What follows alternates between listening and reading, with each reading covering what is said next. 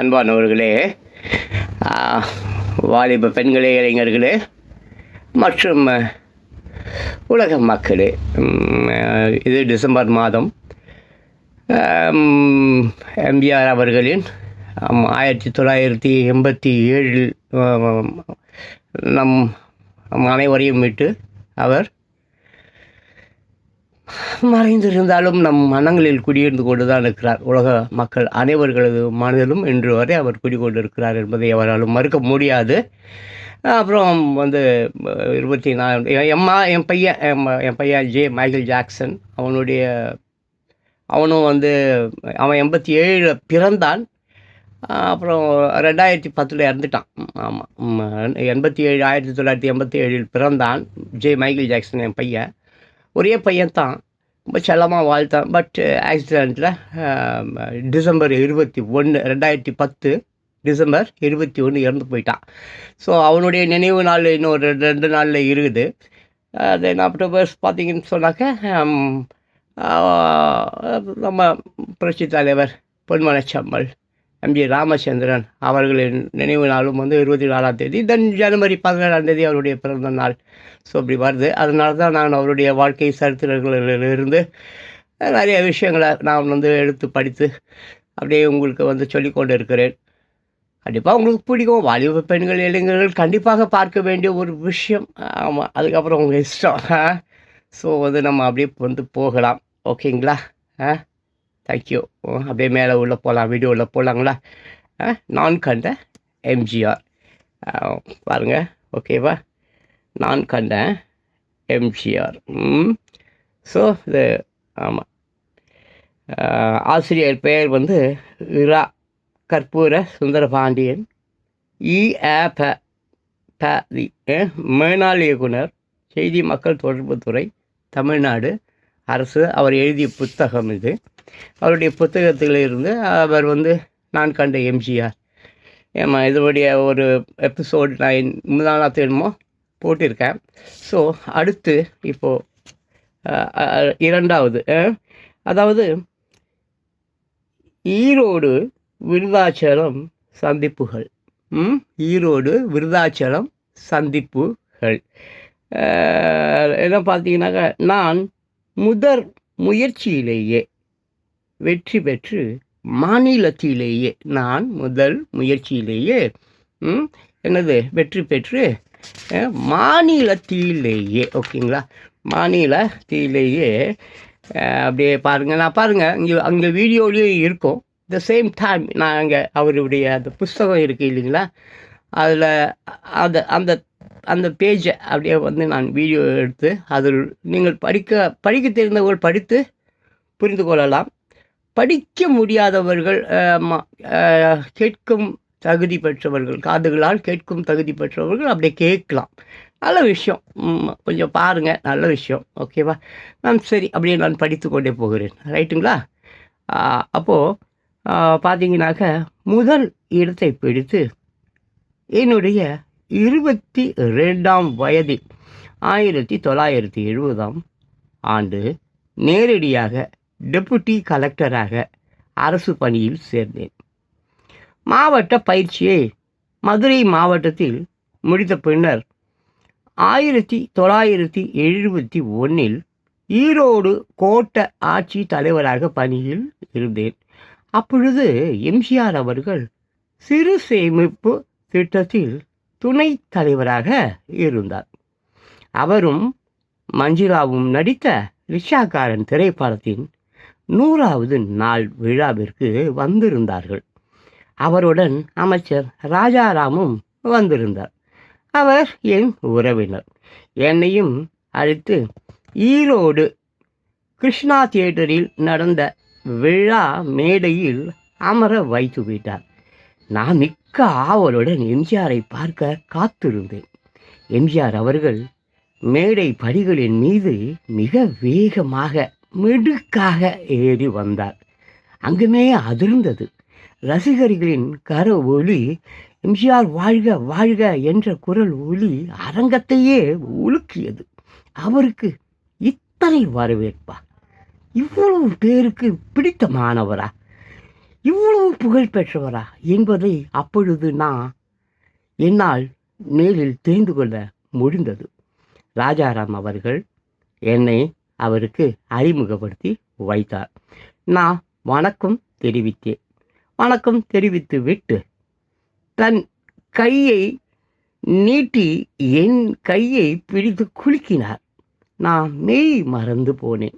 எம்ஜிஆரை தொட்டுவிட்டோம் என்ற ஆனந்தம், பெருமை. அவர் கை குலுக்கிய பொழுது அவருடைய கை ஒரு இரும்பு கரமாக, உறுதியானதாக, ஒரு இராணுவ அதிகாரியின் கை குலுக்குவது போல் இருந்தது. மேடையில் அமர்வதற்கு முன் அவர் ஆரவாரம் செய்து கொண்டிருந்த ரசிகர்களை பார்த்து மேலும் என்பது போல பார்த்தது, ரசிகர்களை பார்த்து போதும் போதும் என்பது போல கையை காட்டினார்.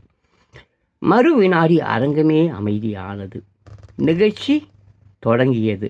எம்ஜிஆர் அவர்களின் கை அசைவிற்கு எத்தனை மதிப்பும் மரியாதையும் கொடுக்கின்றார்கள் என்பதை புரிந்து கொண்டேன். அவர் மீது எனக்கு இருந்த அன்பும் மரியாதையும் பல மடங்கு உயர்ந்தது. விழா முடிந்ததும் எல்லோரும் சக்தி சுகர்ஸ் மரியாதையும் என்னது சக்தி சக்தி சுகர்ஸ் சக்தி சுகர்ஸ் கைலாச கவுண்டர் வீட்டிற்கு உணவருந்த சென்றார்கள். நானும் சென்றேன்.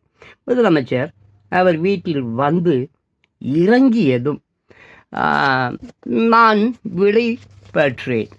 அப்பொழுது ராஜாராம் அவர்கள் என்னை சுட்டி காட்டி, இவர்தான் கைலாச கவுண்டர் அலுவலகத்தில் காம்பவுண்ட் சுவரை இடித்து பல்ப் ரோட்டை விரிவுபடுத்திய அதிகாரி. அதனால் இவர் இங்கே அவர் வீட்டில் சாப்பிட விரும்ப மாட்டார் என்று சொல்லிவிட்டார்.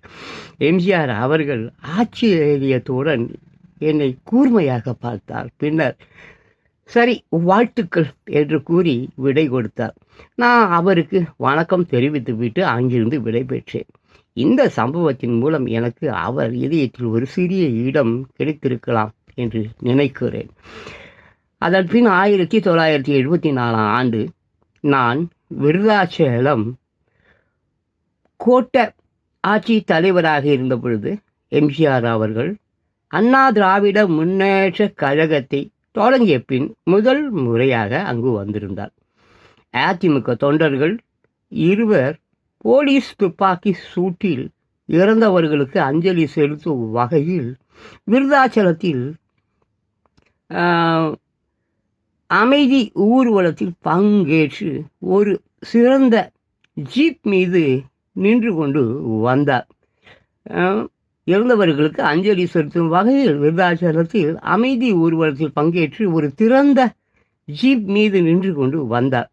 நான் குடியிருந்த ஆர்டிஓ வீட்டின் வழியாக ஊர்வலம் செல்கிறது என்றவுடன் நானும் என் மனைவி சாந்தாவும் கை குழந்தையாக இருந்த என் மாமன் ராஜாவும் எம்ஜிஆரை பார்க்க எங்கள் வீட்டு காம்பவுண்ட் கேட் அருகே வந்து நின்று காத்திருந்தோம். அவருடைய ஜீப் எங்கள் வீட்டின் அருகே வந்தது. அவருடன் இருந்தவர்கள் என்னை பார்த்து விட்டு ஆர்டிஓ நிற்கின்றார் என்று கூறி இருப்பார்கள் என்று நினைக்கின்றேன். எம்ஜிஆர் அவர்கள் எங்கள் பக்கம் திரும்பினார். நாங்கள் வணக்கம் தெரிவித்தோம். அவரும் எங்களுக்கு வணக்கம் தெரிவித்து புன்முறுவலுடன் என்னை பார்த்து நலமா என்று கேட்பது போல் தலையையும் கையையும் அசைத்தார். நானும் என்னை அடையாளம் கண்டு கொண்டதை எண்ணி மிக்க மகிழ்ச்சியுடன் தலையை அசைத்து நலமாக இருக்கின்றேன் என்பதை தெரிவித்தேன். அவர் எங்களை பார்த்து கொண்டே கடந்து சென்றார். 2 நாட்கள் கழித்து அங்கு அதிமுக பொறுப்பில் இருந்த தொண்டர்கள் இருவர் என்னை அலுவலகத்தில் சந்தித்தார்கள்.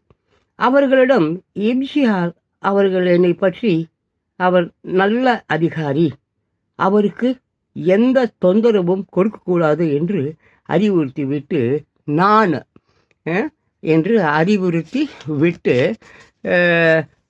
நான் நான் அறிவுறுத்தி விட்டுவிட்டு சொன்னதை என்னிடம் போய் சொல்ல வேண்டும் என்று சொல்லி அனுப்பியதாக கூறினார்கள். எனக்கு மிகவும் சொல்லி அனுப்பியதாக கூறினார்கள். எனக்கு மிகவும் பெருமையாகவும் ஆச்சரியமாகவும் இருந்தது.